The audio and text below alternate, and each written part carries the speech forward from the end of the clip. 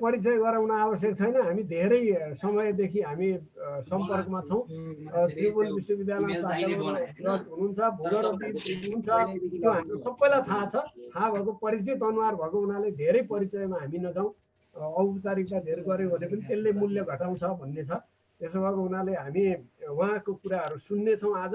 खास गरी जलवायु परिवर्तनको इस्यु के हो, यो संसारमा कस्तो कस्तो ढङ्गले अगाडि बढिरहेछ, हामीले ध्यान दिनुपर्ने विचार गर्नुपर्ने कुराहरू के छन्, हामी कसरी प्रभावित हुँदैछौँ, यो बारेमा हामी यो 16औं श्रृङ्खला आज युसिएको हामी सञ्चालन गरिरहेछौँ। खास गरिकन हामीले यो भर्चुअल माध्यमबाट यो चर्चाहरू विभिन्न विषयमा जुन गरेका छौँ त्यसले हामीलाई साइन्सको क्षेत्रमा, प्रविधिको क्षेत्रमा, त्यस पछाडि सामाजिक कुराहरूमा, प्रशासनिक कुराहरूमा यी विभिन्न चर्चाहरूले हामी विकसित, प्रशिक्षित, शिक्षित, सुसूचित सबै ढङ्गले अगाडि बढिरहेछौँ। यसमा हामी आज यो विषय मलाई लाग्छ सबैको अहिले चासो र चर्चाको विषय छ। पृथ्वीको भविष्य के हुने भन्ने पनि यो कुरासँग गाँसिएको छ। मानव जीवनको अस्तित्व कसरी अगाडि बढ्छ, जीव जन्तुहरूको अस्तित्व कसरी मैले तिमीलाई एउटा शेयर गरेको छु समयमा भन्ने बारेमा पनि यसले मलाई हाम्रो यो चिन्तनलाई अलिकति झकझक्याउने काम गर्ला। त्यसैले म डिपी सरलाई चाहिँ यो आफ्नो प्रस्तुति सुरु गर्न अनुरोध गर्छु। उहाँले स्लाइड सेयर पनि सुरु गरिसक्नु भएको छ। अब विषयवस्तुलाई अगाडि बढाउन मैले सरलाई अनुरोध गरेँ। हस्, धेरै सर, धेरै धन्यवाद यहाँको परिचयलाई। अब बेलुकाको सन्ध्याकालीन अभिवादन गरेँ मैले यहाँ सहभागी सम्पूर्ण महानुभावहरूमा, अनि त्यसपछि मेरो यो विषयवस्तुतिर प्रवेश गरेँ। जलवायु परिवर्तन र यसका प्रभाव भनेर राखेको छु मैले। हजुर, सरको प्रस्तुति 40-45 मिनट गरौँ न सर। ल, ओके। त्यसो हुँदा मैले पहिला क्लाइमेट चेन्ज भनेको के हो र यसका कारणहरूका कुरा गर्छु। अहिलेको वर्तमान अवस्थामा के देखिएको छ, प्रभाव के छन्, त्यसको अलिकति कुरा गर्छु। त्यसपछि भविष्यको प्रोजेक्सन के छ त क्लाइमेट चेन्जको, अनि यसको रेस्पोन्स अप्सन के गर्न सकिन्छ त हामीले, र हाम्रा सेक्युरिटी कन्सर्न्सहरू के छन्, अनि हाम्रो यसको सारांशमा टेक अवे मेसेज भनेर केही बुँदाहरू दिन्छु, अनि त्यसपछि यहाँहरूको त्यो डिस्कसन, क्वेसन एन्सरको समय सुरु गर्छ। अब मैले छोटो सर, यो यहाँहरूलाई थाहा नभएको कुरो छैन, तैपनि यसलाई अलिकति यो लयमा ढाल्दा मैले सुरुमा वेदर भने के र क्लाइमेट भने के छोटो परिचय जस्तो गर्छु मैले। अब जस्तो दिनदिनैको अवस्था के छ त्यसलाई चाहिँ हामी के भन्छौँ त भन्दा वेदर। जस्तो आज काठमाडौँको 24 डिग्री सेन्टिग्रेड तापक्रम र पार्टली क्लाउडी छ भने त्यो के भयो त भन्दा आजको वेदर भयो। दिन प्रतिदिनको यो अवस्थालाई चित्राङ्कन गर्ने कुरोलाई भन्छौँ वेदर। अब क्लाइमेट भने के त भन्दा 30 वर्ष अथवा 30 वर्ष भन्दा बढीको समयमा कुनै ठाउँमा पानी, तापक्रम आदि इत्यादिको स्ट्याटिस्टिक्स, त्यसलाई जेनरली 30 वर्ष। यो वर्ष झरी पर्यो, अर्को वर्ष खडेरी पर्यो भने त्यो क्लाइमेट भनिँदैन, still that is the weather phenomena. अनि जेनरली 30 वर्षको एभरेज लिइसकेपछि मात्रै हामी त्यसलाई क्लाइमेटको रूपमा प्रस्तुत गर्न सक्छौँ। जस्तो काठमाडौँमा भनौँ न, विगत 30 वर्षमा एभरेज टेम्परेचर 22 डिग्री सेल्सियस र एनुअल प्रेसिपिटेसन 1800 मिलिमिटर थियो भने त्यो चाहिँ के भयो त भन्दा climatic condition of the Kathmandu valley over the last 30 years भनेर यसरी बुझिन्छ। अनि मैले यसलाई कसरी एउटा एनालोजी के दिएको भने नि sir, it is something like a mood of a person. Weather भनेको नि मान्छेको मुड जस्तो नि, कोही दिन ह्याप्पी मुड हुन्छ, कोही दिन चाहिँ एकदमै अनह्याप्पी मुड आदि इत्यादि हुन्छ। त्यस कारणले वेदर भनेको चाहिँ it is something like mood of a person भने क्लाइमेट भनेको चाहिँ के त भन्दा it is something like personality of a person. यस्तो किसिमबाट वेदर र क्लाइमेटलाई अलिकति चिन्न बुझ्न सकिन्छ।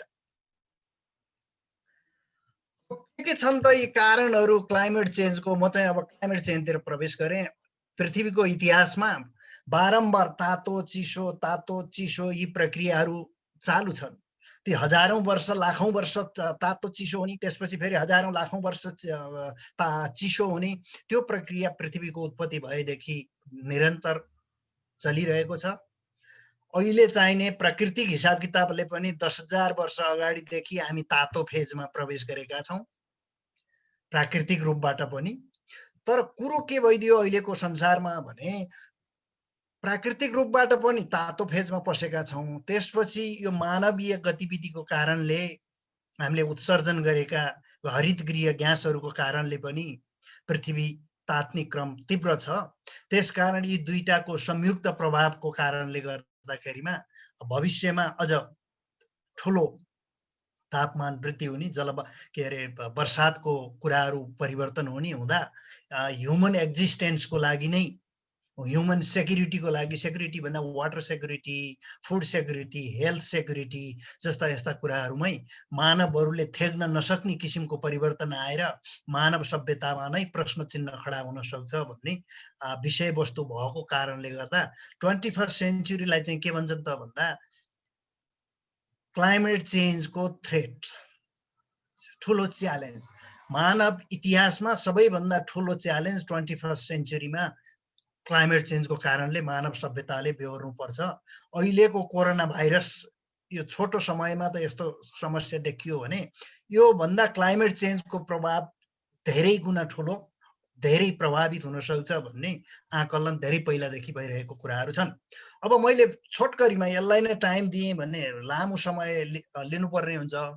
भन्दा extra terrestrial factor climate change गर्ने नि, एक्स्ट्रा टेरिस्टेरियल फ्याक्टर भनेको सोलरको रेडिएसनै फरक हुन्छ। सूर्यबाट आउने विकिरण धेरै थोरै त्यसले कन्ट्रोल गर्छ, सबभन्दा ठुलो मेजर फ्याक्टर त्यो हो। त्यसपछि अर्थ सनको जियोमेट्री, कुन किसिमले पृथ्वी चाहिँ सनको वरिपरि घुम्छ, कति डिस्टेन्स टाढा नजिक छ, ती कुराहरूले पनि कन्ट्रोल गर्छ। त्यसपछि इन्टरस्टेलर डस्ट भनेको माथिका ती चाहिने ताराहरू, स्टार्सहरू, सानातिना प्लानेट्सहरू, तिनीहरू कोलिजन भएर निस्केको डस्टको कारणले गर्दाखेरिमा पनि क्लाइमेट चेन्ज गर्न सक्छ। त्यसपछि पृथ्वीकै भित्रको अरू फ्याक्टरहरू, volcano, mountain building, continental drift, atmospheric ocean heat exchange, पृथ्वीको सर्फेस रिफ्लेक्टिभिटी, एटमोस्फेरिक रिफ्लेक्टिभिटी र एटमोस्फेरिक केमिस्ट्री आदि इत्यादि चाहिँ अर्थको आफ्नै पेरिफेरी र आफ्नै क्लाइमेट सिस्टमसँग रिलेटेड कुराहरूले गर्दाखेरिमा पनि के छ त भन्दा क्लाइमेट चेन्ज भइरहेको छ विगतदेखि अहिलेसम्म आउँदाखेरिमा। र आज मैले प्रस्तुत गर्न खोजेको चाहिँ विशेष गरेर मानव गतिविधिको कारणले human activities, human induce climate change भनिन्छ अहिलेको क्लाइमेट चेन्ज, त्यो चाहिँ एटमोस्फेरिक केमिस्ट्रीमा परिवर्तन भयो। मैले यसलाई चाहिँ फोकस गर्छु अलिकति। एटमोस्फेरिक केमिस्ट्री कसरी त भन्दा हाम्रो मानव गतिविधिको कारणले हामीले कार्बन डाइअक्साइड उत्सर्जन गऱ्यौँ, मिथेन उत्सर्जन गऱ्यौँ, अरू ग्यासहरू उत्सर्जन गऱ्यौँ, ती ग्यासहरू एटमोस्फियरमा बसे अनि तिनले चाहिँ के गरे त तताउने काम गरे भन्दा आजको मेरो टकमा चाहिँ एटमोस्फेरिक केमिस्ट्रीलाई मानव गतिविधिले परिवर्तन गरेको हुँदा त्यसबाट सिर्जित परिस्थितिहरू के छन्, कसो छन्, त्यसमा मैले फोकस गर्छु। अब यो जस्ट एउटा सानो पृथ्वी चाहिने सूर्यको वरिपरि घुमेको हो, र त्यो वरिपरि घुम्दाखेरिमा सधैँ बाटो एउटै हुँदैन। मैले तल यो मिलाङ्कोभिच साइकल भनेर देखाएको छु। त्यसमा चाहिँ के छ त कोही बेला यति चेप्टो हुन्छ, कोही बेला अलिक फरक हुन्छ। त्यस कारणले यो सूर्यबाट पृथ्वीसम्मको डिस्टेन्स फरक हुन्छ। अनि यो पृथ्वी कति एङ्गलमा इन्क्लाइन भएर घुमेको छ सूर्यको वरिपरि, कति डिग्रीमा, अहिले जस्तो यो हो कति छ त भन्दा 23.5 डिग्री सेल्सियस डिग्रीको एङ्गलमा इन्क्लाइन छ। सूर्यबाट पृथ्वी त्यति एङ्गलमा इन्क्लाइन भएर घुमेको छ अहिले भने त्यो एङ्गल चाहिँ फरक पर्छ समय समयमा। त्यो फरकको कारणले गर्दा नि के हुन्छ त भन्दा पृथ्वीमा जलवायु परिवर्तन हुन्छ ठुलो स्केलमा, हजारौं वर्ष। त्यसकारण यो चाहिँ प्राकृतिक कुरो पर्यो। अब चाहिँ नि मानव सृजित कुराहरू गरौँ। अब यो हरितगृह प्रभाव यहाँहरू सबैले बुझेकै कुरा। बाहिर गाडी राख्यो, घाम लागेको बेलामा ढोका थुन्यो, बाहिर गयो, अनि एकाध घन्टापछि आएर भित्र खोल्दाखेरिमा भित्र पस्नै सकिँदैन। किन त भन्दा हिट बिल्डअप हुन्छ। र हाम्रो एटमोस्फियरमा एक्ज्याक्टली त्यही प्रोसेस चलेको छ अहिले। किन त यो कार्बन डाइअक्साइडको लेयर थपिएको छ, त्यो लेयरमा माथिबाट सनको रेडिएसन आउँछ, पेनिट्रेट गर्छ, भित्र जान्छ, अनि फर्किएर बाहिर जाँदाखेरिमा चाहिँ नि सबै बाहिर जान दिँदैन त्यो फर्किएकोलाई। त्यसपछि त्यो के हुन्छ त भन्दा फर्किन्छ फेरि यतै फर्किन्छ, पृथ्वीमा फर्किन्छ। त्यस कारणले के छ त भन्दा दिन प्रतिदिन त्यो प्रक्रिया थपिँदै गएको कारणले गर्दाखेरिमा यहाँ चाहिँ के भयो त भन्दा टेम्परेचर बिल्डअप प्रत्येक वर्ष प्रत्येक दिन त्यो प्रतिक्रियाको कारणले गर्दा यस्तो भएको छ। अब त्यो हरितगृह ग्यास भनेका के हुन् त भन्दा हेर्नुहोस्, कार्बन डाइअक्साइड यो 65% फोसिल फ्युल र इन्डस्ट्रियल प्रोसेसबाट आएको छ।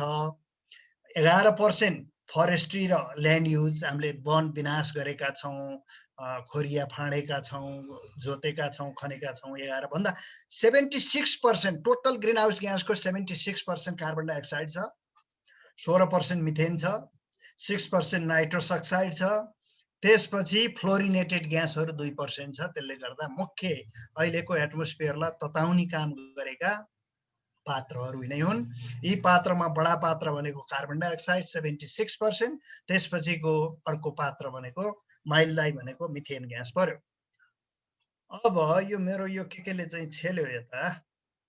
अब यो मैले किन देखाउन खोजेँ त भन्दा कार्बन डाइअक्साइडको तताउने पोटेन्सियल 1 छ भने हेर्नुहोस् त, हाइड्रोफ्लोरोकार्बनको 12,000 वर्ष 12,000 टाइम्स बढी कार्बन डाइअक्साइडको भन्दा तताउने पोटेन्सियल। मिथेनको 28 गुणा बढी तताउन सक्छ। नाइट्रस अक्साइडले 265 गुणा बढी तताउन सक्छ भने यिनीहरूको लाइफ स्प्यान चाहिँ कति हुन्छ त, एटमोस्फियरमा कति बस्न सक्छ? कार्बन डाइअक्साइड 50 देखि 200 वर्ष, एचएफसी 264 वर्ष, मिथेन 12 वर्ष, यो अर्को नाइट्रस अक्साइड चाहिँ 114 वर्षसम्म एटमोस्फियरमा बस्छ। यसको अर्थ के हो त भन्दा हाम्रा बडा हजुरबाले निकालेको कार्बन डाइअक्साइड अझै हाम्रो एटमोस्फियरमा छ, दिनदिनै एकुमुलेट भएर बसेको छ। जेनरली 100 इयर्स र यो 200 इयर्ससम्म छ कुनै कुनै कार्बन डाइअक्साइडकै पनि विभिन्न भेराइटिजहरू छ, त्यो भेराइटिज मध्येमा। त्यस कारणले यो एकुमुलेट भएको भइ छ, लाइफ बढी छ यति, त्यसपछि यसको वार्मिङ पोटेन्सियल यो यस किसिमले छ। यी कारणले गर्दाखेरिमा तात्ने काम चाहिँ के छ त भन्दा बढ्दो रूपमा छँदैछ। अब यो हामीले निकालेको कार्बन डाइअक्साइड कसरी जान्छ त भन्दा हेर्नुहोस्, ओसनले 26% एब्जर्भ गर्छ, लिन्छ ओसनले। त्यसपछि प्लान्ट्सले बोट बिरुवाले 28% लिन्छन्। त्यसै भएर नै बोट बिरुवा रोपौँ प्रशस्त मात्रामा भनेको त्यो अर्थले त्यसले एब्जर्भ गरिदिन्छ। त्यसपछि एटमोस्फियरमा 50% जति अझै बाँकी रहन्छ। त्यसकारण जति धेरै ओसनले र प्लान्ट्सले एब्जर्भ गर्यो उति एटमोस्फियरमा कम हुन्छ र वार्मिङ सम्भावना कम हुने भएकोले गर्दा यो धेरै बोट बिरुवा रोपौँ र ओसन तात्यो भने कम एब्जर्भ गर्छ र ओसनलाई चिसो हुन दिउँ भन्ने कुराहरू महत्त्वपूर्ण कुराहरू हुन्छन्। त्यसपछि हाम्रो इनर्जी सेक्टरको हिसाबले हेर्नुहुन्छ भने इलेक्ट्रिसिटी हिट प्रोडक्सनमा 25% ग्रिन हाउस ग्यासेस निस्कन्छन्, एग्रिकल्चर प्रोसेसबाट 24%, त्यसपछि बिल्डिङबाट 6%, ट्रान्सपोर्टेसन 14%, इन्डस्ट्री 21% र अदर सेक्टर अदर इनर्जीहरूबाट 10%। त्यस कारणले सबै माथि उल्लेख गरिएका ग्रिन हाउस ग्यासेसहरूमा यो सेक्टरले यति पर्सेन्टेज ग्रिन हाउस उत्पादन गरेको अवस्था छ। अब मुलुक हेरौँ, संसारभरिको हेर्दाखेरिमा चाइनाले 28% र युएसएले 15%। अब यहाँहरूलाई जिज्ञासा लाग्यो होला नेपालको कति होला? नेपालको 0.027%, China 28%, USA 15%, whereas Nepal is 0.027% मात्रै छ ग्रिन हाउस ग्यास इमिसन हाम्रो। अनि त्यही कुरो चाइना 28, USA 15, इन्डिया तेस्रो छ। तर मैले यहाँ तेस्रोमा कसलाई राखेँ त भन्दा सिमेन्ट इन्डस्ट्रिजलाई राखेँ। संसारभरिको सिमेन्ट इन्डस्ट्रीलाई एकै ठाउँमा बनाएर त्यसको ग्यास उत्सर्जनलाई हिसाब गर्ने हो भने त्यसको जम्मा कति हुन्छ त भन्दा 8% हुन्छ। त्यसको 8% हुन्छ। त्यो 8% चाहिँ के हो त भने इन्डियाको भन्दा बढी छ। त्यसकारण सिमेन्ट प्रोडक्सनले पनि असाध्यै धेरै ग्रिन हाउस ग्यास छोडिराखेको छ। हेर्नुहोस् त यो चाइनाको एउटा कोल फायरिङ प्लान्ट हो। यो एउटा प्लान्टबाट यति अब यो ग्यासहरू निस्किरहेको छ 24 आवर्स। हेर्नुहोस् त 24 hours in a day, 365 days in a year, it is all the time. यो एउटा प्लान्टको मात्रै। चाइनाको 60% energy comes from coal burning भन्दा 2014 मा कति थियो त भन्दा कोलबाट 41 ग्लोबल हेर्दा 41% थियो, ग्यासबाट 22, यस्तै किसिमले विभिन्न सेक्टरबाट यति के थियो त भन्दा इनर्जी कभरेज थियो। यो कोल बर्निङ र फ्युल बर्निङको कारणले गर्दाखेरिमा यो विध्वंस भयो। तर 2008 मा आइपुग्दाखेरिमा यो स्थिति परिवर्तन भएर कोल 27% मा आइपुगेको अवस्था छ। अब यसको अवस्था हेर्नुहोस् त, त्यही चाइनाको यो तल्लो चाहिँ मैले काठमाडौँको भोटाइटीबाट खिचेको हो। हामीले पनि 0.027% भए तापनि हामीले पनि प्रशस्त उत्सर्जन गरेका छौँ। देश सानो, पपुलेसन सानो भए तापनि त्यसको तुलनामा यो सानो र थोरै चाहिँ होइन। अब मैले यो देखाउन खोजेँ के त भन्नु होला यहाँ भने विगतको 4 लाख वर्षको कार्बन डाइअक्साइडको कन्सन्ट्रेसन यस्तो थियो, कहिल्यै पनि 300 नागेन र धेरै समय चाहिँ 280 पार्ट पर मिलियन भन्छ। यो चाहिँ 1 मिलियनमा कति भाग 280 देखि 300 सम्म छ त्यहाँ बढीमा। पर्सेन्टेज भनेको 100 मा। तर हेर्नुहोस् त यो 1960 पछिको यो माउना लोवामा मेजर गर्न थालेपछिको यसरी बढेर गएको छ एकदम एक्सपोनेन्शियली कार्बन डाइअक्साइड। पहिला यो 4 लाख वर्षमा कहिल्यै पनि 300 नागेन, धेरै जति समयमा 280। तर अहिले पछि आएर इन्डस्ट्रियल रिभोल्युसन पछि यस्तो किसिमले बढेर गयो कि अहिले यो सेप्टेम्बर 2020 मा कति छ त भन्दा 416 ppm छ। मैले यो देखाउन खोजेको सबै के त भन्दा ह्युमन एक्टिभिटिजको कारणले नै रहेछ अहिलेको कार्बन डाइअक्साइड एकुमुलेसन भएको। यो पहिलाको कार्बन डाइअक्साइड कसरी थाहा पाइयो भन्ने कुरो यहाँहरूलाई जिज्ञासा लाग्न सक्छ। यो एउटा कोर, आइस कोर, एन्टार्क्टिकको भोस्टोक भन्ने ठाउँबाट 3600 मिटर लामो आइस कोर निकालेर त्यो आइस कोरको स्टडी गरेर त्यो आइसमा यस्तो किसिमका ग्यासहरू ट्र्याप भएका रहेछन् स्नोफल भएको बेलामा।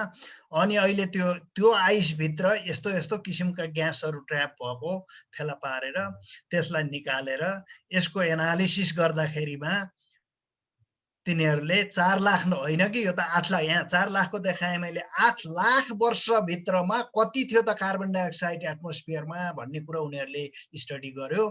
यो चाहिँ ग्राउन्ड ब्रेकिङ वर्क हो क्लाइमेट चेन्जमा। त्यसपछि क्लाइमेट चेन्जले स्पिड लिएको। अब यसको स्टडी गरेर के थाहा पाए त उनीहरूले भन्दा रेयरली 300 पुगेको छ, नत्र भने 280 र बिलो 280 थियो भने अहिलेको अवस्थामा आइपुग्दाखेरिमा 416 ppm। हजुर 416 ppm सुरु भएको अवस्था छ। अब यसमा त्यही आइस कोर देखाइदिएको मात्रै हो। यहाँ हेर्नुहोस् आइस कोर यो लट्ठी तिनीहरूले त्यही भोस्टोकको यही रिकन्स्ट्रक्सन गरेको आइस कोर यसरी निकालेर स्टडी गरेर अनि त्यसपछि उनीहरूले यो क्लाइमेटिक रिकन्स्ट्रक्सन गरेका। यो चाहिँ मेरो आफ्नो काम हो। मैले पिएचडी गर्दाखेरिको लेकको सेडिमेन्ट निकालेर पहिलाको क्लाइमेट कस्तो थियो भनेर 10,000 वर्षको हेर्दाखेरिमा कोही बेलामा तातो कोही बेलामा चिसो यसरी फ्रिक्वेन्टली यस्तो तातो चिसो यस्तो किसिमको देखिएको थियो। यो मैले मेरो आफ्नै कामको मात्रै देखाएँ। यी सबै कुरा पास्टको कुरो।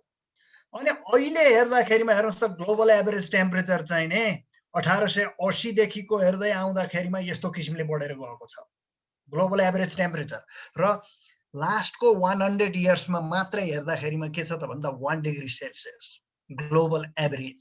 In the last 100 years it is 1 degree Celsius. अब एकपल्ट नेपालको कुरो हेरौँ।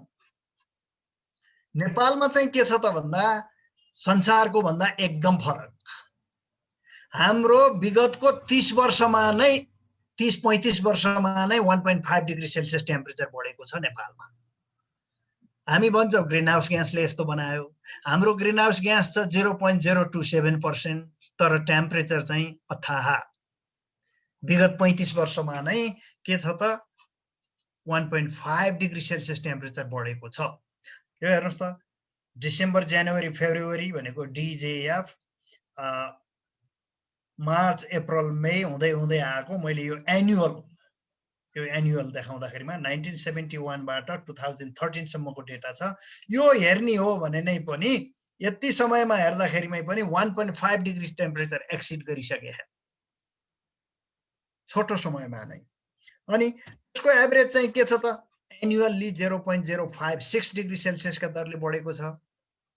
कहिले त भन्दा एन्युअल म्याक्सिमम मनसुन सिजनमा यो रेट छ, अझ सबभन्दा बढी यो छ 0.058 डिग्री सेल्सियस पर इयरका दरले। प्री मनसुनमा चाहिँ सबभन्दा थोरै छ 0.051 डिग्री सेल्सियसका दरले। यो चाहिँ नि 1971 देखि अहिलेसम्म आउँदा यो किसिमले टेम्परेचर बढेको छ। यो संसारकै सबैभन्दा बढी टेम्परेचर मध्येमा गनिन्छ, जबकि संसारको एभरेज 1 डिग्री सेल्सियस छ भने 100 इयर्समा, हाम्रो नेपालमा विगत 35-40 वर्षमा नै 1.5 डिग्री सेल्सियस टेम्परेचर बढिसकेको पाइन्छ।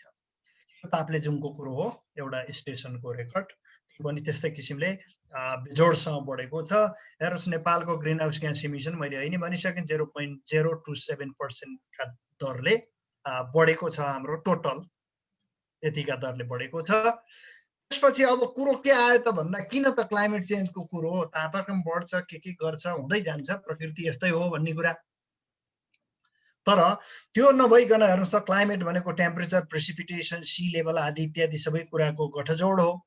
अब त्यसले गर्दाखेरिमा अहिलेको त्यो टेम्परेचर बढाइको कारणले गर्दाखेरिमा नेपालमा र संसारैभर के देखिएको छ, हेल्थको इम्प्याक्ट देखिएको छ, बेजोडको एग्रिकल्चरमा इम्प्याक्ट देखिएको छ, फरेस्टमा, वाटर रिसोर्समा, कोस्टल एरियामा, इकोसिस्टम डिस्ट्रक्सनमा, यी सबै कुरामा हामीले साइन्टिस्टहरूले सोचे भन्दा धेरै गुणा बढी ठुलो इम्प्याक्ट भोगिसकिएको छ।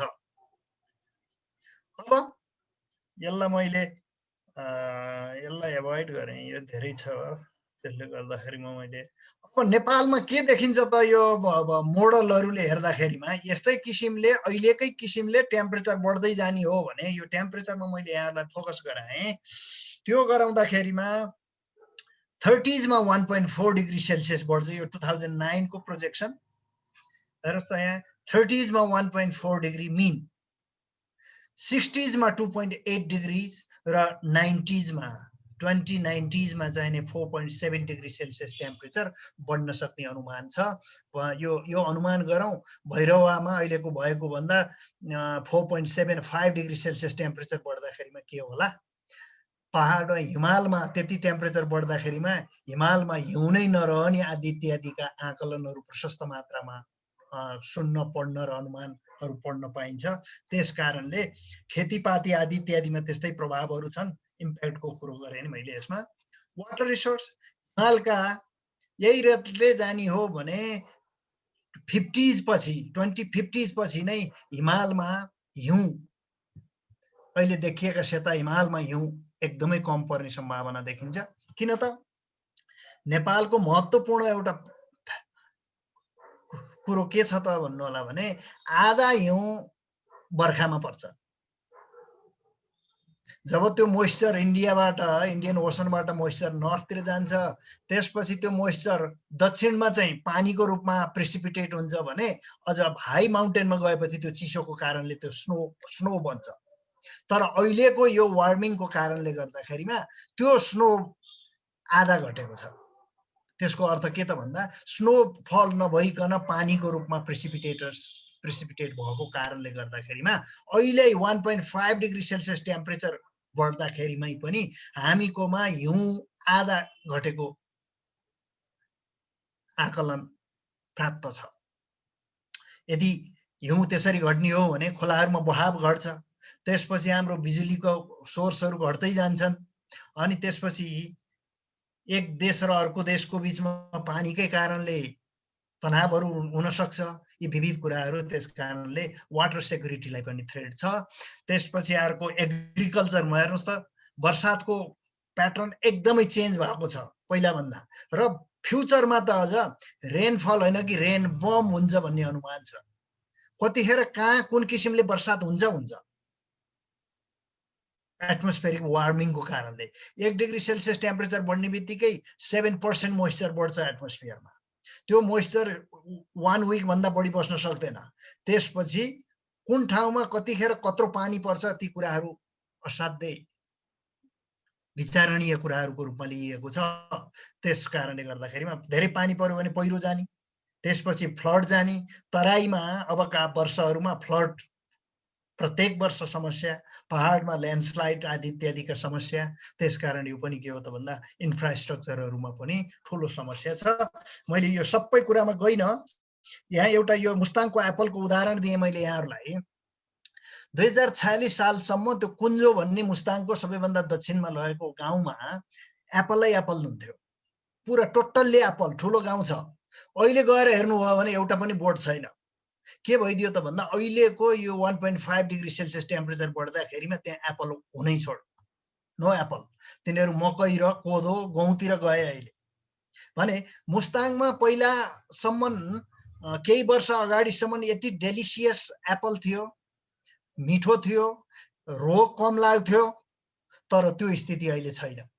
मिठो छैन पहिलाको जस्तो, कटमरिएको, रोगै रोग लाग्ने, बोट बिरुवा मर्ने, त्यो 10 वर्ष जति भइसकेको छ त्यो स्थिति आएको। पहिला कागबेनीमा एप्पलै हुँदैन थियो, अहिले कागबेनीमा एप्पल हुन्छ मजाले। मुक्तिनाथमा 10 वर्ष अगाडिसम्म एप्पलको कसैले कल्पनै गरेको थिएन। अहिले कागबेनी भन्दा माथि गएपछिको त्यो ठाउँ किनेर मान्छेहरूले भाडामा लिएर एप्पल मस्तसँग लगाउन थालेका छन्। तर समस्या के त भन्दा देखिन लागिसकिया छ त भने त्यो एप्पल हुर्किएर फल्ने बेला हुँदा 5-7 वर्ष बढीमा 10 वर्षसम्म लाग्दो रहेछ। 10 वर्षसम्ममा फेरि त्यो टेम्परेचर बढेर त्यो ठाउँमा एप्पल नहुने त्यो सम्भावनाहरू पनि प्रशस्त देखिएको छ। मैले एउटा यो एक्जाम्पल मात्रै दिएको छु कि एग्रिकल्चर सेक्टरमा सबै ठाउँमा त्यो देखिन्छ। मेरा विद्यार्थीहरूले सुन्तलामा स्टडी गरेका क्लाइमेट चेन्जको इम्प्याक्ट, 1600 मिटर भन्दा तल अब सुन्तला राम्रो हुँदै नहुने त्यो स्थिति देखिन्छ नेपाल राज्यभर। केही वर्ष अगाडि 10-15 वर्ष अगाडिसम्म मजासँग सुन्तला भएको ठाउँमा अहिले सुन्तला हुन छोडिसकेको छ। त्यो पनि के छ त भन्दा अल्टिमेटली टेम्परेचर राइजले त्यत्रो असर गर्दो रहेछ। कफीमा छ। अर्को एकजना विद्यार्थीले चाहिँ टोमाटोमा गोलबेडामा गरेको, तराईको गोलबेडामा, त्यहाँ पनि विचित्रको त्यस्तै प्रभाव देखिएको छ। धानमा छ, कोदोमा छ, मकैमा छ, फलफुलमा छ। त्यस कारणले अहिलेसम्म अलि सामान्य किसिमका प्रभावहरू देखिसकिएको छ। तर फ्युचरमा जुन किसिमको प्रोजेक्सन छ टेम्परेचर र प्रेसिपिटेसन चेन्ज, त्यसले गर्दाखेरिमा सम्पूर्ण एग्रिकल्चरल सेक्टरमा ठुलो असर पार्ने अनुमानहरू छन्। अब मैले माथि हिमालतिरको ग्लेसियरतिरको कुरो गरेँ। यो निलो देखिएको सबै ग्लेसियरहरू हुन्। यो डेटा हेर्नुभयो भने अलिकति पुरानो छ, अपडेट मैले गर्न भ्याइनँ पनि अहिले अझ बढी गएको छ। हेर्नुहोस् त, यो 2001 र 2009 को कम्पेयर गर्दा एरियामा चेन्ज नै 22% छ। ग्लेसियरको हिम नदीले कभर गरेको एरिया नि श्रिङ्क भयो, घटेर गयो। यो 9 वर्षैमा 22%, अहिले त 40% पुग्न लागिसक्यो। अहिले 2020 मा हेर्दाखेरि आइस रिजर्भ 28% थियो भने अहिले यो 40 कटिसके। आइस रिजर्भ घट्यो किन त? अहिले मैले भने स्नोफल घट्यो, पानीको रूपमा प्रेसिपिटेट हुन थाल्यो, टेम्परेचर बढे, त्यो पछि सरेको सरै छ हिम नदीहरू। ती कारणले गर्दाखेरिमा के छ त भन्दा भयङ्कर ठुलो अभाव देखिएको छ। हेर्नुहोस् त, यहाँ हाम्रो यति छ, 13% एरिया चाहिँ स्नो र ग्लेसियरले कभर गरेको थियो। तर 1 डिग्री सेन्टिग्रेड तापक्रम बढ्दाखेरिमा 20% area we loss. No snow, no हिम नदी, नो। 1 डिग्री सेल्सियस टेम्परेचर बढ्दा 5 डिग्री बढ्यो भने त 100%, तर त्यही रेटले नहुन सक्छ। तर यसको अर्थ के त भन्दा by the end of the 21st century we are not seeing snow peaks mountain and the glaciers in the Himalaya as we have seen at the present time. त्यस कारणले यो एउटा ठुलो थ्रेट आदि देखिन्छ। हिमतालहरू फुटेर आएका यो विवरणहरू हुन्। अहिले चाहिने 21 वटा हिमतालहरू असाध्यै क्रिटिकल छन्। ती फुटेर आए भने तिनीहरूले चाहिने भयावहको स्थिति सिर्जना गर्न सक्छ भन्ने आकलनहरू प्रशस्त मात्रामा छन्। पछिल्लो भनेको यो दुधकोशीमा 1998 मा भएको थियो। अहिले त्यसपछि 21 वटा भयंकर क्रिटिकल लेकहरू छन्। जलवायु परिवर्तन र भूकम्प यी दुईटा एकैचोटि त्यसको असर देखियो भने ती तालहरू फुटेर असहज परिस्थिति सिर्जना गर्न सक्ने कुराहरू छन्। यो 2000 कति त भन्दा 1200 AD मा माछा पुछ्रेमा सेती नदी मा आएको ग्लफ हिमताल फुटेर त्यसले लिएर आएको माटो थुप्रिएर पोखरा भ्याली बनेको। जम्मा 800 वर्षको इतिहास रहेछ पोखराको अहिलेको रिसेन्ट हिस्ट्री। त्यो बेला भन्दा अगाडि तालहरू पनि थिएनन्, त्यस्तो समथर पनि थिएन, डरलाग्दो ढुन्डुरो पोखरा। अनि त्यसले थुपारेको कारणले त्यो पोखरा भ्याली बनेको। यसको अर्थ के त भन्दा कहिले काहीँ कन्स्ट्रक्टिभ पनि हुन्छ, तर त्यो बेलामा पपुलेसन एकदम कम थियो। अहिले त्यस्तो इभेन्ट हुने हो भने पोखरामा लाखौं मान्छे मर्छन्, धनजनको क्षति कति हुन्छ। त्यस कारणले त्यस्तो किसिमको सम्भावनाहरू पनि प्रशस्त छ। मैले यो मर्स्याङदीको शिरतिर लान चाहे यहाँहरूलाई। यो थुलागी ग्लेसियर भन्छ यसलाई। थुलागी मर्स्याङदीको शिर हो यो। म 96 मा पुगेको थिएँ यहाँ। कुन विषयमा त भन्दा मर्स्याङदी नदीमा hydro power middle Marsyangdi upper मर्स्याङदीको कुरो चल्यो। तर यहाँ यत्रो विधिको लेक छ, यो फुट्न तयार छ, त्यहाँ हाइड्रो पावर बनाउन हुँदैन भन्ने कुरा चल्यो। त्यसपछि 96 मा ब्रिटिश, जर्मन र नेपाली टिमले गएर 3 हप्ता त्यहाँ बसेर स्टडी गर्यो। त्यसमध्ये नेपालको तर्फबाट म पनि सहभागी हुने मौका पाएको थिएँ। अलि पुरानो डेटा, तर यो इन्फर्मेटिभ भएकोले यहाँ देखाएँ। हेर्नुहोस् त, यो सबै हिमनदी हो। यो पौलन्छ, खस्छ, यहाँ ताल बन्छ। यो ठाउँको चित्र खिचेको मैले। यो 12,000 वर्ष पुरानो आइस, यो सबै आइस हो। यो ठाउँको यो पोइन्टको चित्र हो। यो पानी भन्दा 20 मिटर माथि। अनि यसलाई चाहिने यो लेक बढेको बढै छ। 3.5 किलोमिटर, 400 मिटर वाइड अनि 83 मिटर डिप। अनि यो अवस्थालाई मैले काठमाडौँको टेम्परेचरसँग तुलना गर्दा हेर्नुहोस् त, यो लेक यसरी र्यापिडली बढेको रेट र यो टेम्परेचर बढेको रेट एकदम पर्फेक्टली म्याच हुन्छ। त्यो बेलामा यहाँ वेदर स्टेसन थिएन, त्यसकारण मैले काठमाडौँसँग तुलना गरेको। त्यही बेलाकोमा पनि यो पर्फेक्टली म्याच हुन्छ। अहिले यस्तै किसिमले गएको छ। अहिले 4 किलोमिटर जति, अझ त्योभन्दा बढी भइसकेको छ, सट्ट यसरी गएको छ है। त्यस कारणले यो टेम्परेचर चेन्जसँग मस्तसँग म्याच हुन्छ। अहिलेको 2010 मा लिएको फोटोग्राफ थुलागी, यहाँबाट निस्किएको पानी मर्स्याङदीमा जान्छ। हामी त्यो बेलामा यो ठाउँमा बसेको 3 हप्ता यो पुरा एरियाको स्टडी गरेको। त्यही थुलागी ग्लेसियरको कुरो मैले गरेँ। यो महत्त्वपूर्ण कुरा, यो मनास्लुको सेरोफेरो हेर्नुहोस् त। त्यो ग्लेसियर, यो लेक 2008 मा यो लाइन हेर्नुहोस् र यो ए हेर्नुहोस्। एबाट यो लाइनसम्मको यो टर्मिनल पार्ट हेर्नुहोस् त, यो डिस्टेन्स यति थियो। 1 वर्षपछि ठ्याक्कै नोभेम्बर 2009 मा यो ए देखि यो एज हेर्नुहोस् त, करिब 40 मिटर जति 1 वर्षमा जाँदो रहेछ। यो रेटले यो अगाडि बढेको बढै छ। ग्लेसियर साउरिएको छ, लेक ठुलो भएको छ।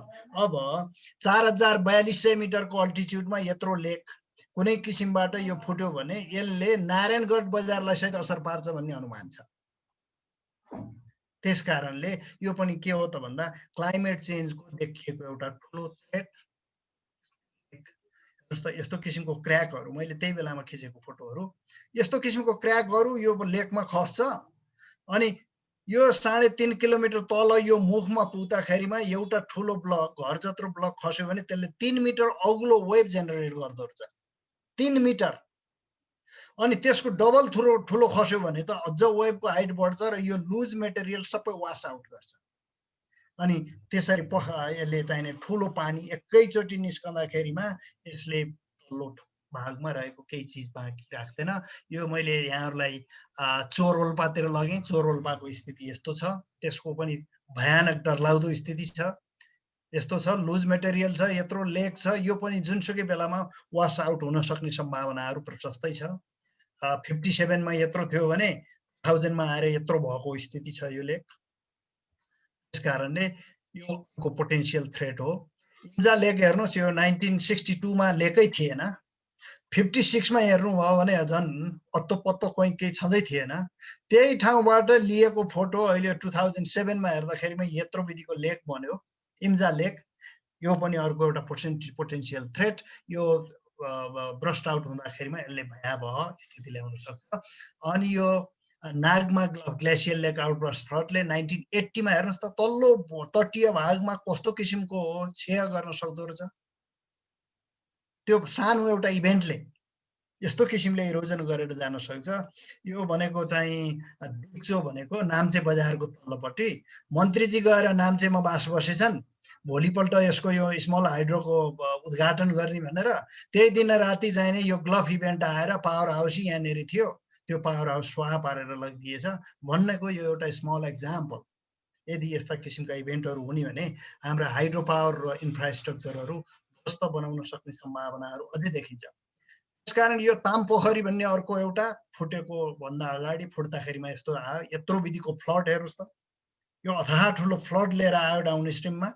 तल जाँदाखेरिमा थप भत्काउँछ, ठाउँ ठाउँमा थुनिन्छ, खोलिन्छ, अनि त्यसपछि त्यो तल बग्दै जाँदाखेरिमा यसले अथाह ठुलो विनाश आदि इत्यादि ल्याउन सक्छ।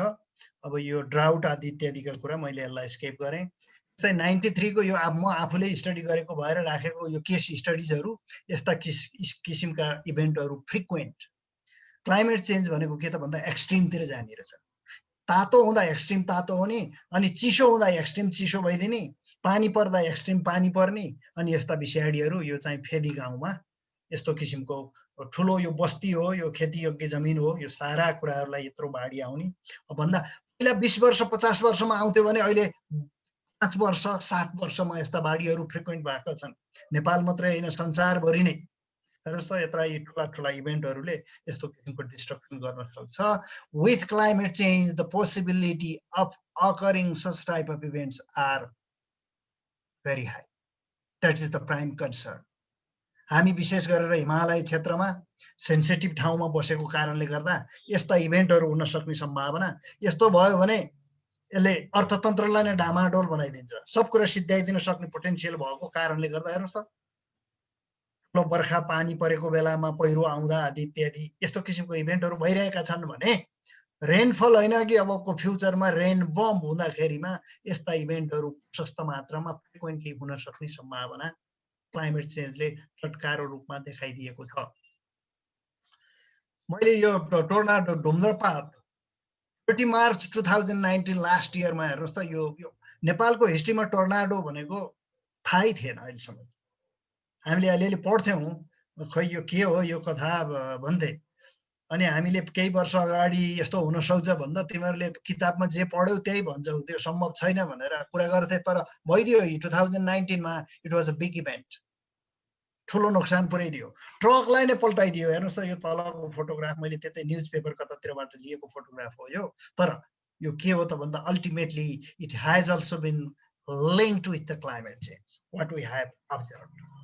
अब यी सारा कुराहरू भइरहेका छन् हाम्रो कन्टेक्स्टमा, र फ्युचरमा यस्ता इभेन्टहरू बढ्न सक्ने सम्भावना देखिन्छ। अनि संसारभरिमा हेर्दाखेरिमा Nepal number 4 vulnerable country in terms of climate change and the impact coming from climate change. अब मैले अलिकति संसार बाहिरतिरको, हामीकोमा मात्रै होइन, अफ्रिकन कन्ट्रीहरू संसारका विभिन्न ठाउँहरूमा यो भइरहेको छ। यो भइरहेको छ यो संसारभरि। त्यसकारणले मैले यो चित्रको फोटोको रूपमा मैले देखाउन चाहे यहाँहरूलाई यी इभेन्टहरू। हेर्नुहोस् त, यो किन देखाएको त भन्दा हुन्छ हुन त, तर महत्त्वपूर्ण कुरा के छ भन्दा they are becoming much frequent and much more powerful. पहिला भन्दा मच फ्रिक्वेन्ट, वर्षै पछि अथवा 1-2 वर्षमै आउन थाले। पहिला 10 वर्ष 20 वर्षमा आउँथ्यो एकपटक ठुलो भन्छ, त्यो रेकर्डहरू छ भने अहिले प्रत्येक वर्ष जस्तो अर्थात् ठुलो भयानकको 5 वर्ष 7 वर्षमा and big destruction. Big destruction. अब हेर्नुहोस् त, कुनै ठाउँमा आगलागी छ, कुनै ठाउँमा यी बस्तीहरू नै पुरै डुबाएको छ हो, कुनै ठाउँमा यी सडकमा डुङ्गा लिएर हिँड्नु परेको छ। Recent development, it is happen all over the world.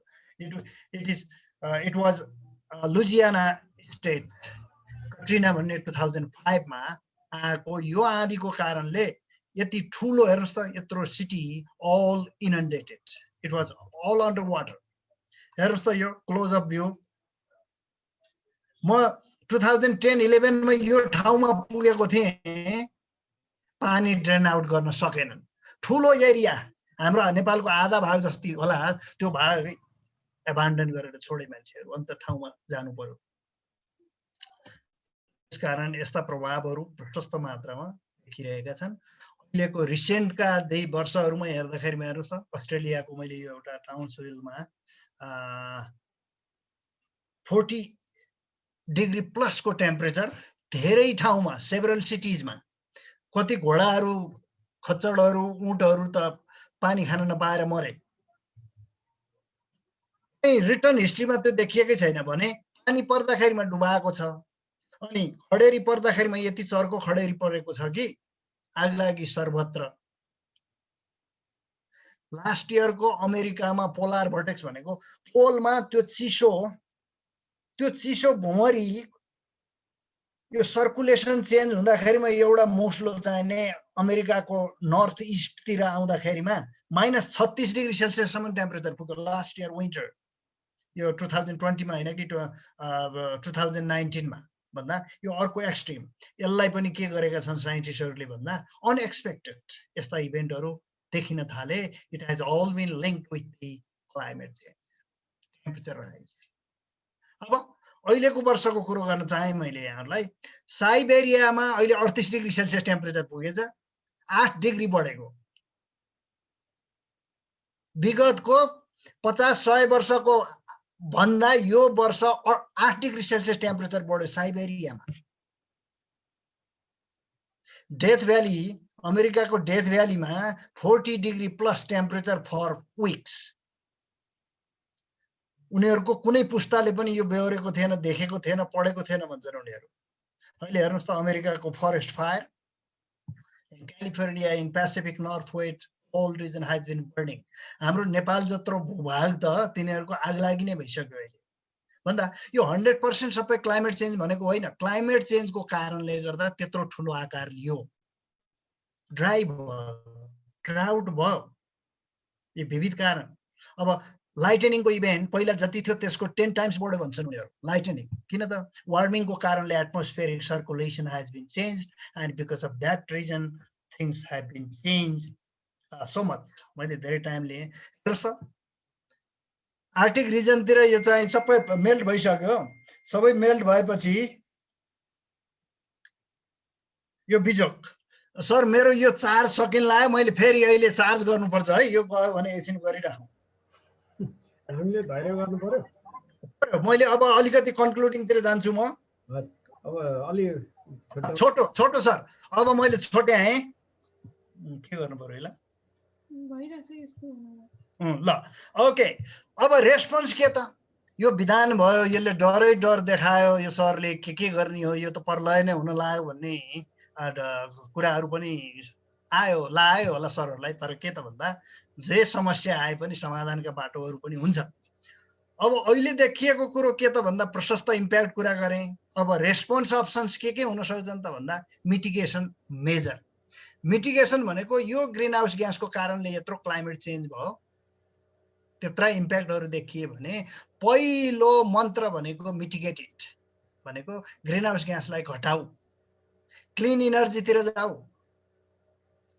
यो गरेनौ भने बाजेको पालाको ग्यास अझै बाँकी छ, हामी थपेका छौँ दिनदिनै। त्यसले गर्दा भयावहको रन अवे क्लाइमेट भन्छन्, त्यस्तो क्लाइमेट हुन सक्छ। त्यसकारणले नम्बर 1 भनेको ग्रिन हाउस ग्यासेसहरू घटाऊ। अचुक अस्त्र भनेकै त्यही हो। अनि in the mean time adapt गर, बदलिँदो परिस्थितिमा त्योसँग अनुकूलित हुने विधिहरू अपनाऊ भन्छ। अब जाडोमा चाहिँ कोट लाइन्छ, मफलर गुथिन्छ, गर्मीमा कमेज लाइन्छ, छोटा लुगाहरू लाइन्छ, त्यो एउटा एडप्टेसन हो भने एग्रिकल्चरमा ठुलो ड्राउट हुँदाखेरिमा कस्तो खेती लगाउने, हेल्थ सेक्टरमा नयाँ डिजिज आउँछन्, अब कस्तो किसिमको इनोभेसन गर्ने, वाटर रिसोर्समा यो स्कार्सिटी हुन्छ भने त्यसलाई चाहिँ कसरी एड्याप्ट गर्ने, यी तमाम कुराहरूलाई चाहिँ सकेको एड्याप्ट पनि गर्दै जाऊ, मिटिगेट पनि गर्दै जाऊ, आदि इत्यादि कुराहरू अहिलेको साइन्सले भनेको मुख्य दुईटा कुराहरू यी हुन्। त्यसपछि डेभलप्ड कन्ट्रीले चाहिँ के गर्न थाले भने मैले यसलाई स्किप गरेँ। अब सोलर जियो इन्जिनियरिङ भन्छ, हेर्नुहोस् न, एटमोस्फियरमा यस्ता किसिमका केमिकलहरू छर्दिने, यो बलुन के छ, अनि यसले सोलर रेडिएसन आउँछ अनि पार्टली के गर्छ, रिफ्लेक्ट गरिदिन्छ र एटमोस्फियर त्यतिरै पठाइदिन्छ, त्यसो भए पृथ्वीमा पुग्ने रेडिएसन घट्छ अनि तापक्रम कन्ट्रोल हुन्छ। यो डेभलप्ड कन्ट्रीहरूले दे आर प्र्याक्टिसिङ दिस। तर यो हाम्रो जस्तो मुलुकलाई त यो त गाह्रो कुरो। त्यसपछि अर्को के गर्न लाग्छन् त भन्दा कार्बन क्याप्चर गर्ने एटमोस्फियरबाट अनि समुद्रको पिँधमा माटो मुनि लगेर त्यसलाई खान्दिने, त्यो पनि गर्दैछन् उनीहरूले। तैपनि उनीहरू कम निकाल्ने बाटोमा छैनन्। चाइनाले विगतको 10 वर्षमा 10% बढायो ग्रिन हाउस ग्यास इमिसन। उसले त्यत्रो उद्योग धन्दा चलायो, धनी भयो हो। अमेरिकाले कति दशकदेखि त्यो गर्यो, उनीहरू सक्षम भए। तर हामी के भयो त भन्दाखेरिमा उत्पादन केही पनि छैन हाम्रो, 0.027%। तर प्रभाव संसारको सबैभन्दा बढी प्रभाव नेपालले बेहोरेको छ। वाटर रिसोर्समा, एग्रिकल्चरमा, हेल्थ सेक्टरमा, बायोडाइभर्सिटी लसमा, every sector we are suffering lot. त्यसकारण बोट बिरुवा रोपौँ। मैले माथि भनिसकेँ, यी सबै स्लाइडहरूको बारेमा म जान्न। त्यसकारण यो के हो त भन्दा यो क्लाइमेट चेन्ज भनेको सेक्युरिटी च्यालेन्ज भयो। केलाई च्यालेन्ज भयो? वाटर सेक्टरमा पनि इम्प्याक्ट छ, वाटर सेक्युरिटीको प्रश्न भयो। जब पानीको अभाव हुन्छ, प्रदेशमा फाइट हुन्छ। टोलमा एउटा घरमा पानी आयो, अर्को घरमा आएन भने त्यहीँ कन्फ्लिक्ट सुरु हुन्छ भने अब प्रदेशमा जब कम होस् त त्यहीँ सुरु हुन्छ, देशको सुरु हुन्छ। त्यसकारणले मैले यो सेक्युरिटी च्यालेन्ज भनेको with climate change we may have water security concern, food security concern, बढ्दो जनसङ्ख्या छ त्यसलाई धान्नु पर्यो। त्यसपछि आएर अब हेल्थ सेक्युरिटी कुराहरू। फुड सेक्युरिटीको कुरो गर्दा यहाँहरूलाई मैले एउटा कुरा भनिन, त्यो भनिदिन्छु। मिथेन ग्यास भनेको आधा मिथेन ग्यास चाहिने यो गाईको मासु खाने मुलुकले निकाल्छन्। गाईको चाहिने त्यो फर्मेन्टेसन प्रोसेस, त्यसले उग्राउने, गोब्र्याउने आदि इत्यादिबाट के हुन्छ त भन्दा आधा मिथेन तिनीहरूले प्रड्युस गर्छन्। यदि यो चाहिने संसारमा, पृथ्वीमा गाईको मासु नखाने हो भने क्लाइमेट चेन्ज आधा घट्छ भन्ने अनुमान छ। त्यस्तै धान खेती अर्को कल्प्रेट छ। जरा कुहिन्छ अनि त्यसपछि मिथेन बन्छ अनि खेत जोतिन्छ, त्यसपछि त्यो सबै एटमोस्फियरमा जान्छ।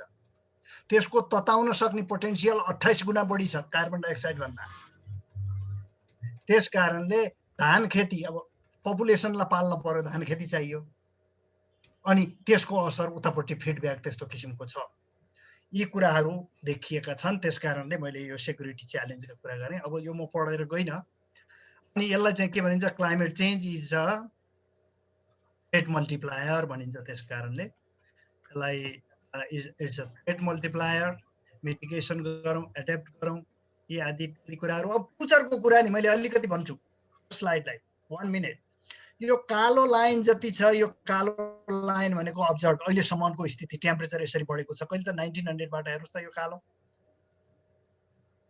त्यसपछि यो प्रोजेक्सन हो, मोडलहरूले प्रोजेक्ट गरेका। यदि बिजनेस एज युजुअल, त्यसको अर्थ अहिलेसम्म संसारले सबै मुलुकहरूले जति निकालेका छन् त्यही किसिमले निकाल्ने हो भने फ्युचरको temperature near about 6 degree celsius बढ्न सक्छ है, by the end of 21st century temperature. अब यसलाई कन्ट्रोल गर्दै गयो भने यतिसम्म हुन सक्छ, र तैपनि एभरेज चाहिँ नि 4.5 डिग्री सेल्सियस 4.7 डिग्री सेल्सियस हुन सक्छ। तर यदि ग्रिन इनर्जी, त्यसको मतलब कार्बन न्युट्रल जिरो इमिसन गरे भने त्यो अवस्थामा चाहिँ कन्ट्रोल भएर by the end of 21st century 1.5 degree सेल्सियससम्ममा बस्न सक्छ भन्ने यो चाहिँ प्रोजेक्सन छ। त्यसकारण 1.5 डिग्री सेल्सियस र बढीमा 2 डिग्री सेल्सियस नाग्यो भने इरिभर्सिबल चेन्ज हुन्छ। त्यसलाई हामीले फिर्ता ल्याउन सक्दैनौँ। वनस्पतिहरू अहिले भएका धेरै लोप हुन्छन्, जीवजन्तु रहन सक्दैनन्, अहिले भएका खेतीपाती एक्जिस्ट हुन गाह्रो हुन्छ। त्यस कारणले it's very critical. If the temperature exceeds 2 degree Celsius by the end of 21st century then त्यो अवस्थामा मानव सभ्यताले बहुत ठुलो मूल्य चुकाउनु पर्ने स्थिति हुन सक्छ भन्ने कुरा मैले के टेक अवे त भने धेरै कुराहरू छन् सर। यिनै सोसल इकोनोमिक पोलिटिकल सबै सिस्टमलाई जियोपर्टाइज गरिदिन सक्छ। त्यस कारणले मिटिगेट गरौँ, एडप्ट गरौँ, यी कुराहरू गर्दै जाउँ। अनि संसार एकदम भोलाटाइल हुन्छ in terms of food, in terms of water, in terms of so many other security concerns, more disasters, more landslide, more floods, sea level rise. 21st सेन्चुरीको एन्डसम्ममा more than 10 metre sea level rise हुन्छ। यही रेटले गयो भने त्यो हो भने समुद्रको निकटमा रहेका कन्ट्रीहरू, अधिकांश कन्ट्रीहरू बिलो वाटर।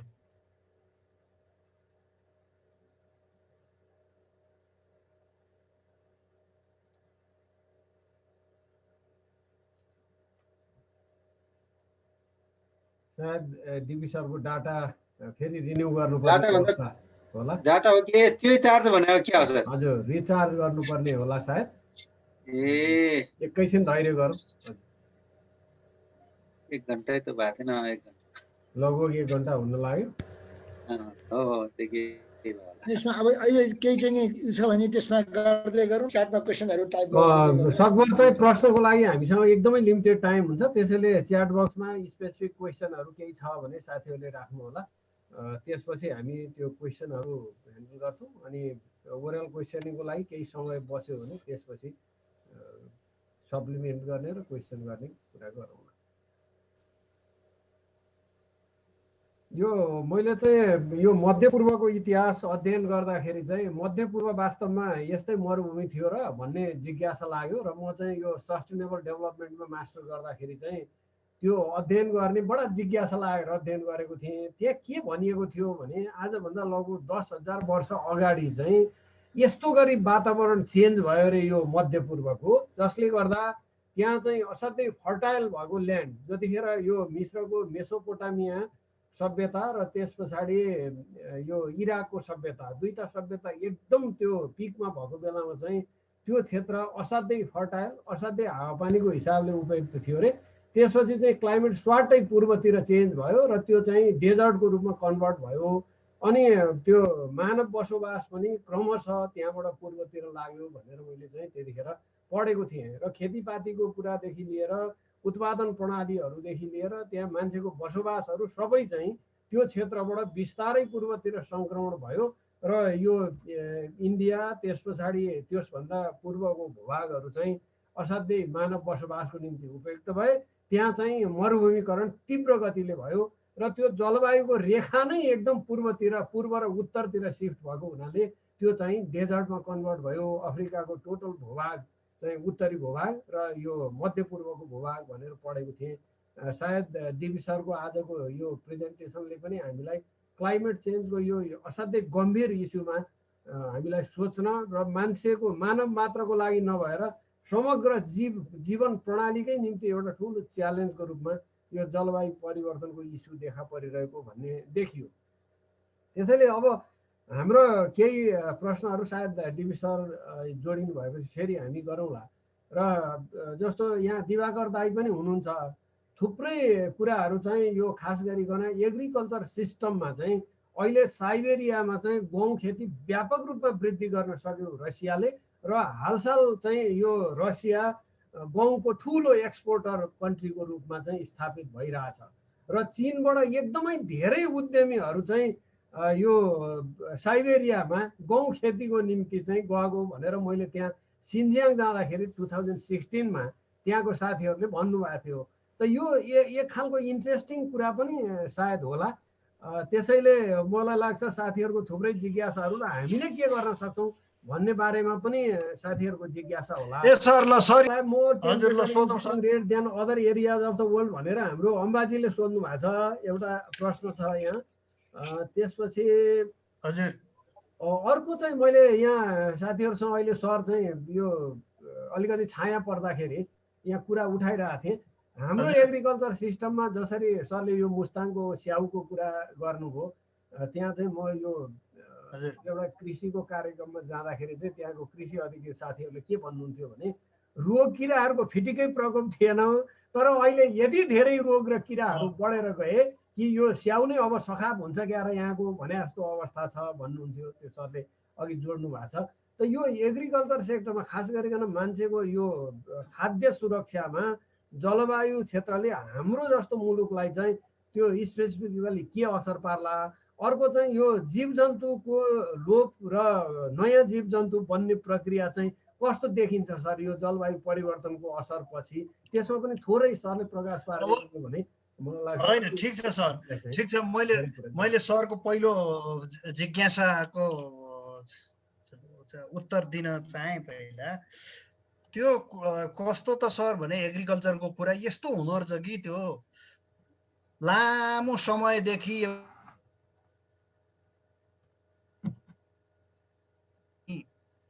त्यसले त्यही स्थिति खोज्दो रहेछ। थोरै मात्रै चेन्ज हुँदाखेरिमा हामी त अलिकति घटी बढी भयो भने कि लुगा थप्छौँ कि लुगा फुकाल्छौँ, हामीले चाहिँ त्यस्तो किसिमले एडजस्ट गर्छौँ।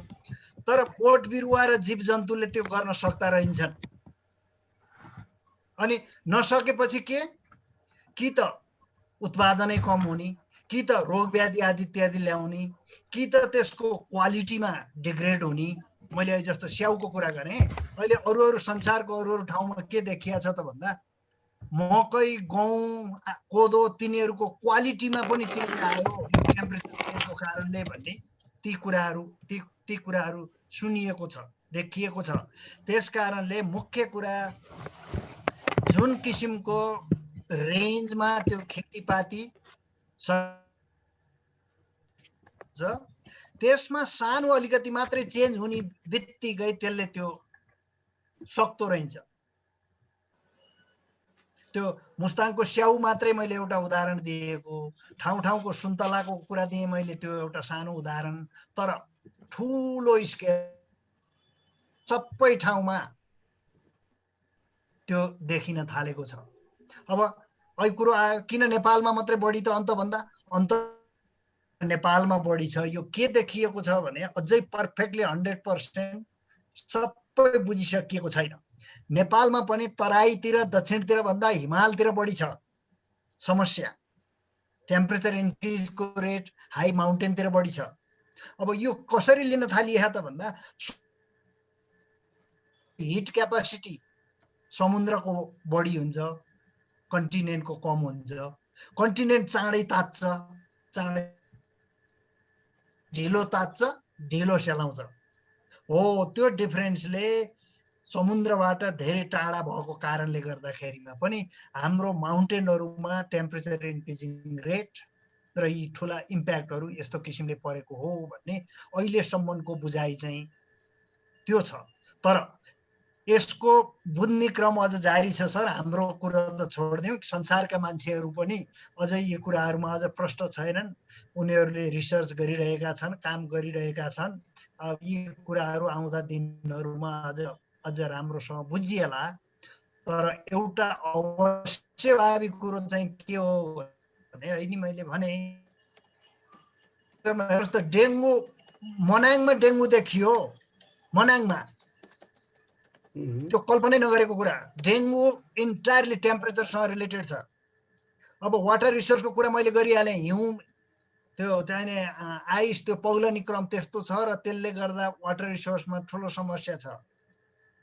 एग्रिकल्चर भइहाल्यो। यो बायोडाइभर्सिटी मैले अर्को एउटा उदाहरण दिएँ, यो मिचा प्रजातिको कारणले गर्दा 2019मा चितवनमा 19वटा गैंडा मरेछन्। किन मरे त यो गैंडा भनेर अध्ययन गर्दाखेरिमा अध्ययनहरूले के पनि पत्ता लाए त भन्दा मिचा प्रजातिले गर्दाखेरिमा घाँस चरिचरण गर्ने ती गैँडाहरू चर्ने ठाउँमा ढाकिदियो त्यसले धेरै ठाउँ।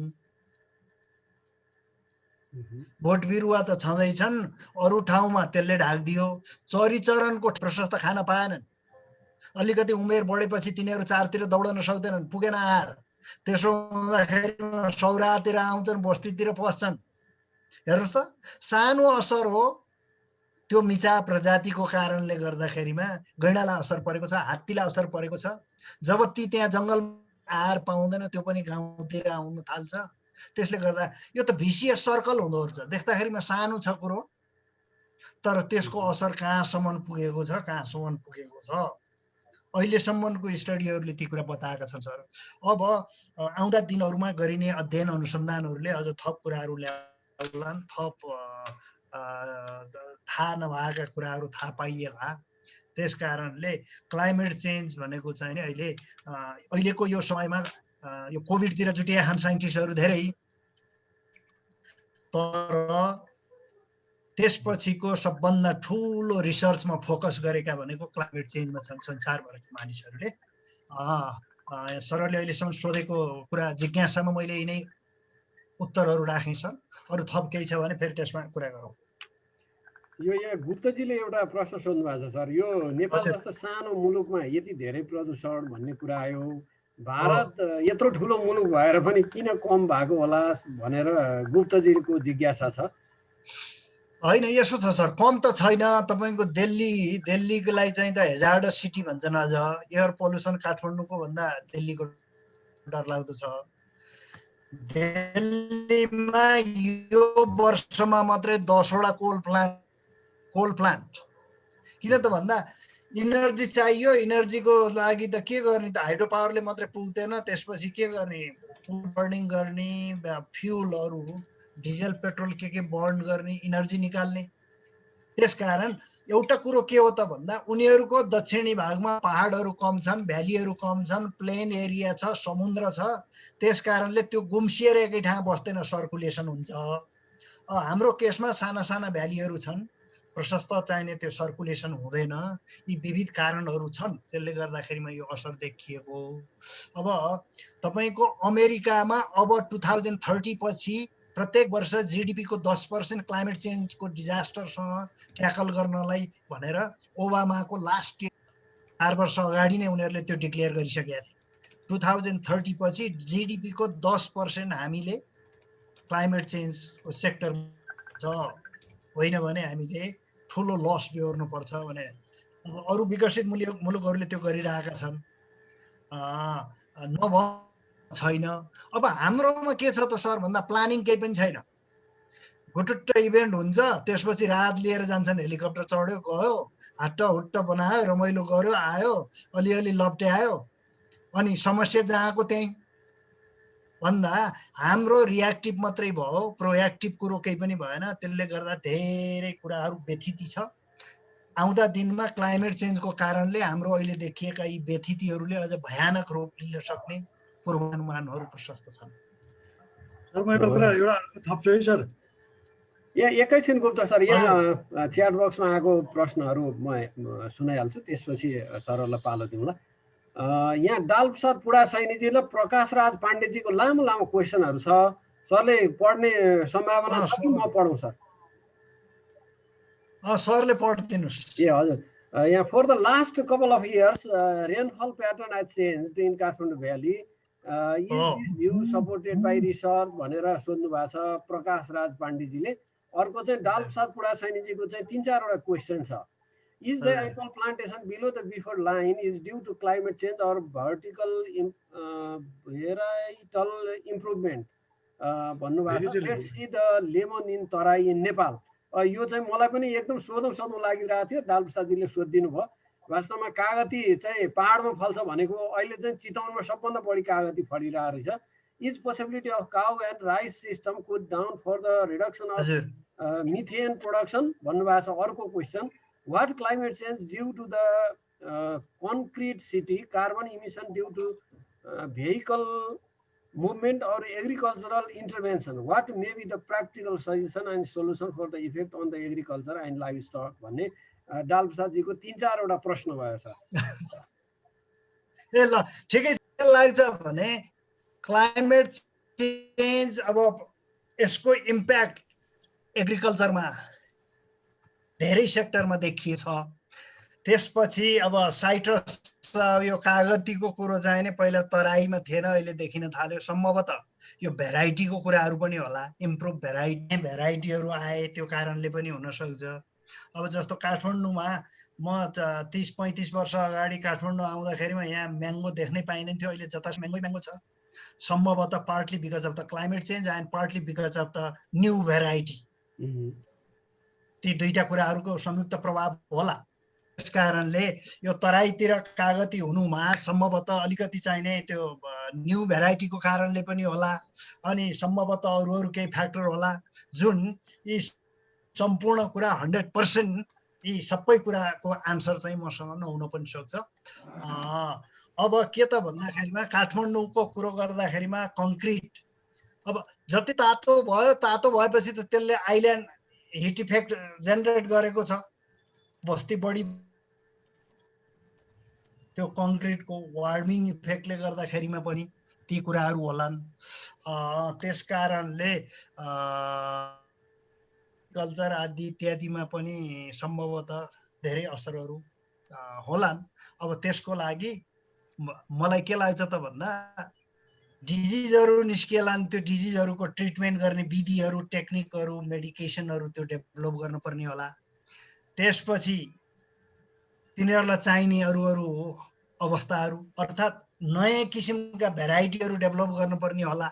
ती कुराहरू हुन सक्छन्।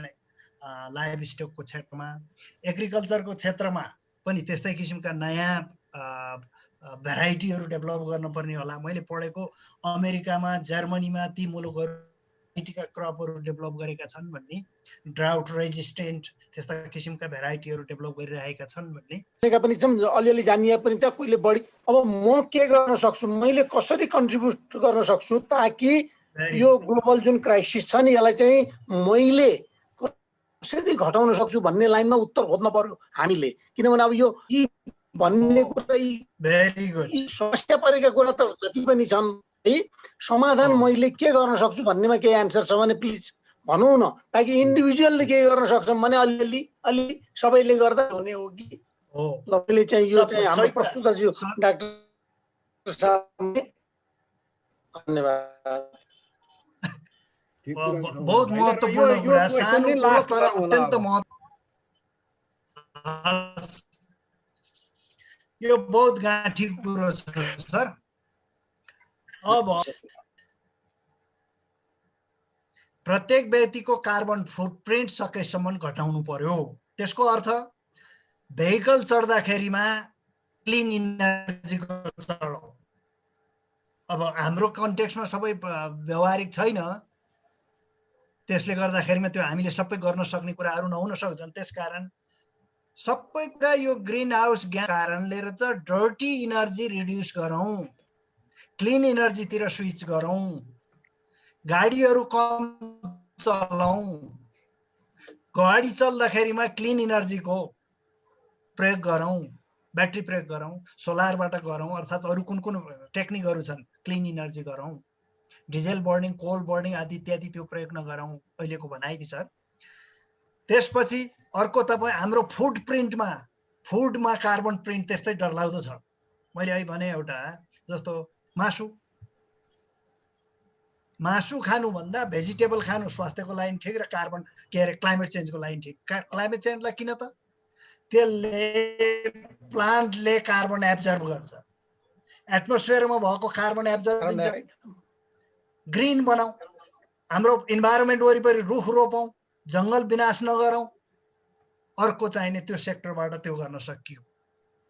त्यस कारणले यी कुराहरूमा मात्रै अब जस्तो हामीलाई त मतलबै छैन। हाम्रो त के छ त नेपालको कन्टेक्स्टमा अहिलेसम्म हेर्ने भने इनर्जीको सोर्समा बिजुली जति जम्मै हाम्रो हाइड्रो इलेक्ट्रिकबाट छ, धेरै जति हामी त्यो केयर गर्दैनौँ।